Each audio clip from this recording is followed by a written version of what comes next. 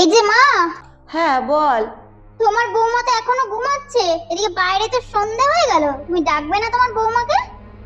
ও ঘুমাচ্ছে ঘুমাক, তাতে তোর অসুবিধা কোথায়? আর শোন, আমাকে না উস্কে না, তুই নিজের চিন্তা কর।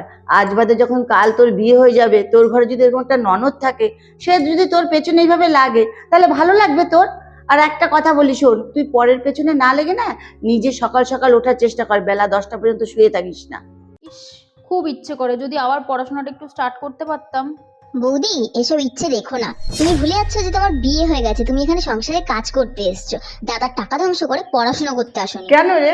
নিজের ইচ্ছা পূরণ করাটা কি কোনো দোষের? আর বৌমা, তোমার যা ইচ্ছা তুমি সব পূরণ করবে, আমি তোমার পাশে আছি। আর শোন, সংসারের কাজ এতদিনে হয়েছে, আগামী দিনেও হবে।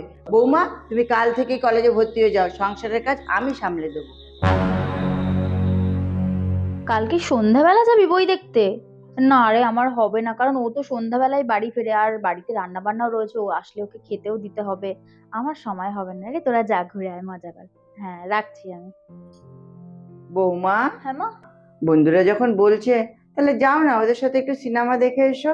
আর সারাদিনই তো বাড়িতে বসে থাকো, তুমি যাও, আমি বাড়ির রান্না বান্না সব করে নেবো খুনে। আর বাবু আসলে বাবুকে খেতেও দিয়ে দেবো। ঠিক আছে মা, তাহলে আমি ওদের ফোন করে বলে দিচ্ছি যে আমি যাব।